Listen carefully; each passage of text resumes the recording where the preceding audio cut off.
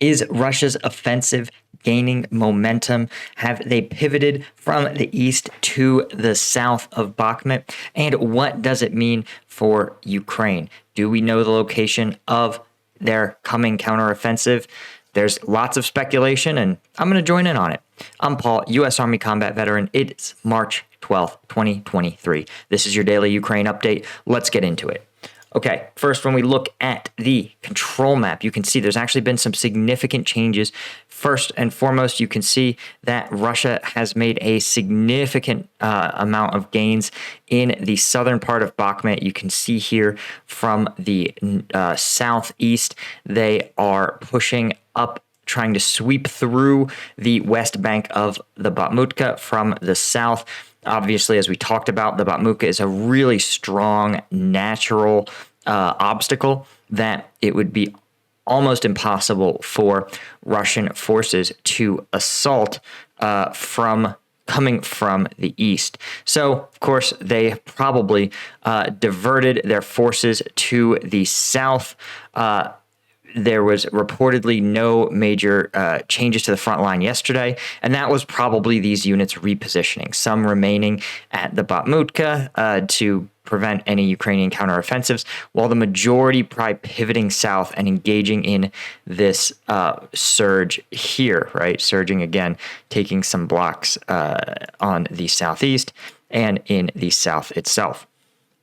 Some speculation that these guys are actually going to be pinned here, that this is going to be hard fighting. But as we've seen, Russia really at this point has taken small chunks of territory down to a science, and it's not clear that the caliber and equipment of Ukrainian forces currently holding Bakhmut are up to the challenge of repelling these small, bite-sized Wagner advances. When we zoom out a little bit, we can see that there is actually a little bit of additional change in territory down south here near Krasnohorivka.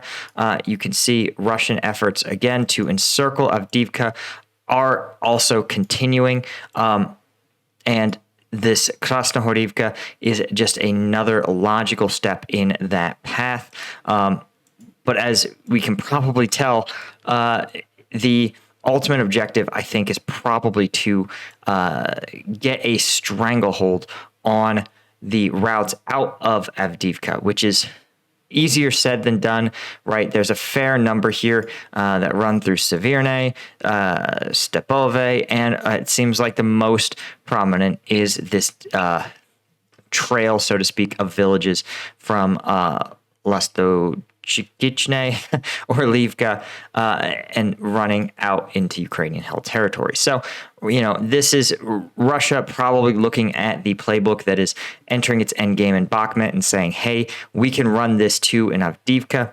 When we look over at the combat map, you can see that some of the volume of fire, the volume of advances by Russian forces in Bakhmut have slowed.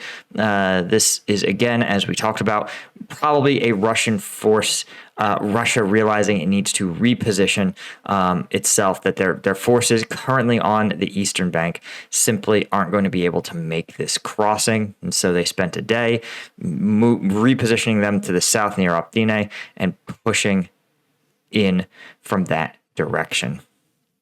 Of course, as you can see, the only other place there's been significant combat is outside of Avdiivka. Nowhere else has there been combat in the last 24 hours, which is itself interesting. Again, reflecting a Russia that is increasingly relying on economy of force. Pretty late to come to that realization, but, they did eventually do so.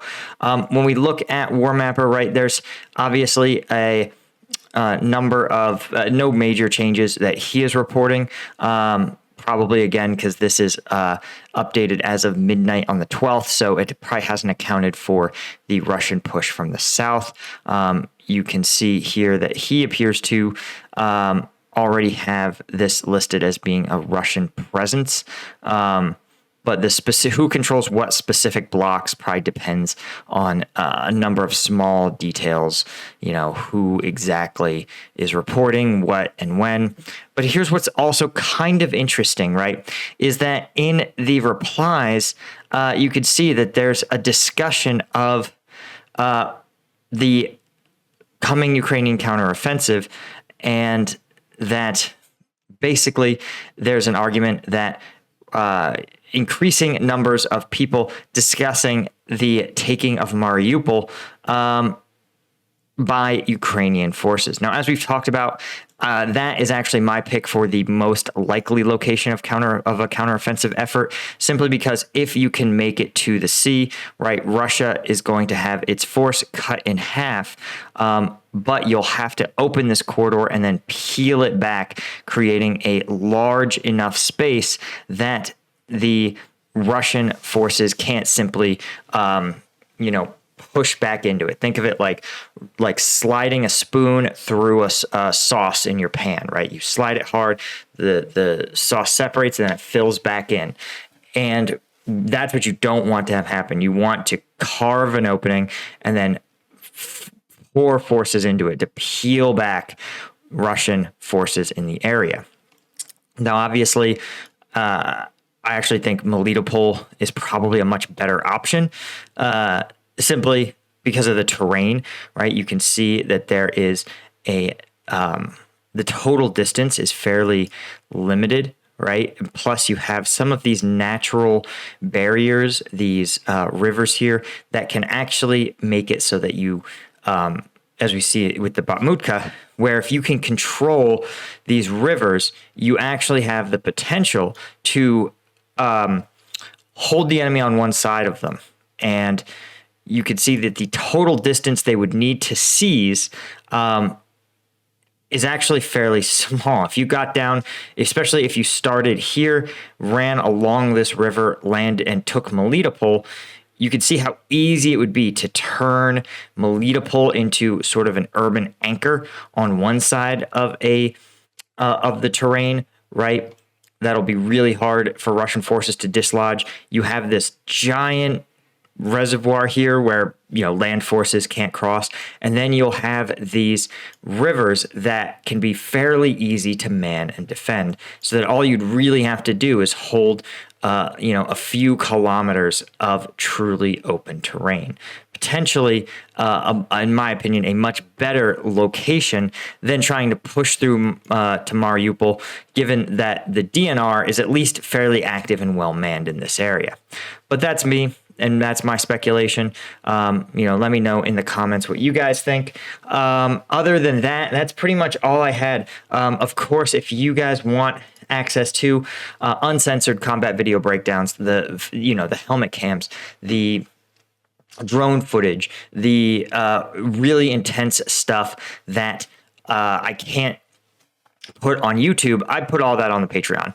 New video drops every single Friday, including this past Friday, right? We had mountain warfare, trench warfare, urban warfare, all of it. And we took a look at all of it. So thanks again to my Colonel tier patrons, all of my Lieutenant tier patrons, and all the patrons of Patreon. That link's in the description. I'll see you guys in the next one.